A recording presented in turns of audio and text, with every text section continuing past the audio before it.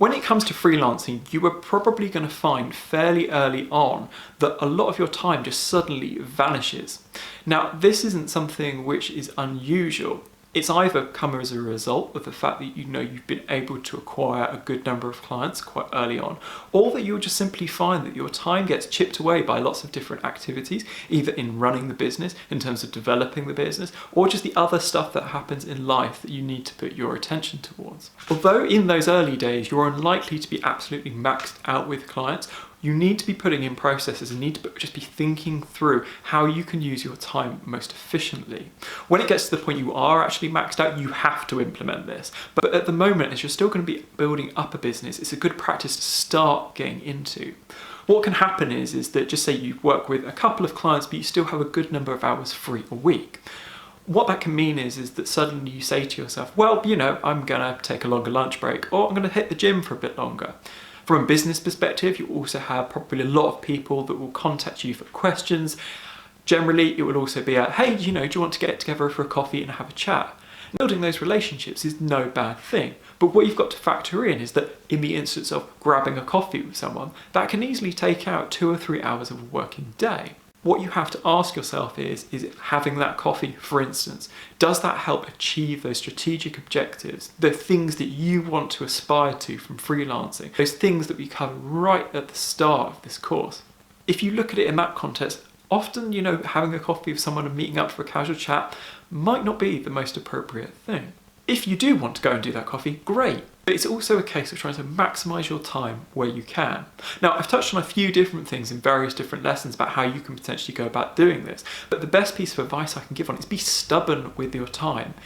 If you don't have to meet someone face to face, can you do it over the phone or can you do it via Skype? When it comes to invoicing, for example, instead of sitting there and manually doing it, is there automated tools that you could potentially invest in to make that go quicker? One of the biggest areas which I found time efficiency in is actually trying to arrange catch-up calls with clients. More often than not, it falls into some sort of email tennis where people go back and forth, trying to work out times they're available. Instead, through my website, I set up something called Acuity Scheduling, and in there is a live calendar feed which they can look through to find the time that is most appropriate for them. That might only be a small amount of time saved, but that at the end of the day, I want to make sure that I have the maximum amount of time to be investing in the business, or that if I have that free time, I want to be spending it on the things that I enjoy doing.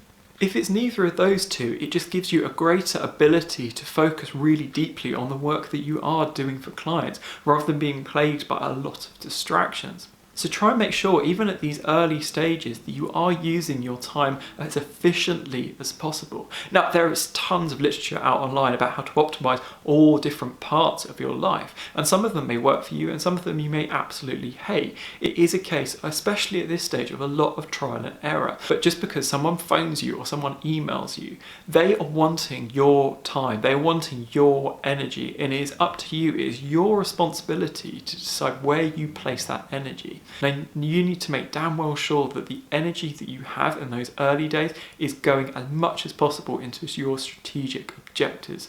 So don't be afraid to turn around to say no to people. Don't be afraid to turn around and reschedule things if it doesn't fit in with your timescales. And equally, I've actually gone back to people and just been honest and say, look, I'm really sorry, I can't talk to you at the moment. Things are really busy at the moment. Can you send me a quick email outlining a couple of the questions that you want answered, and I will get back to you when I can.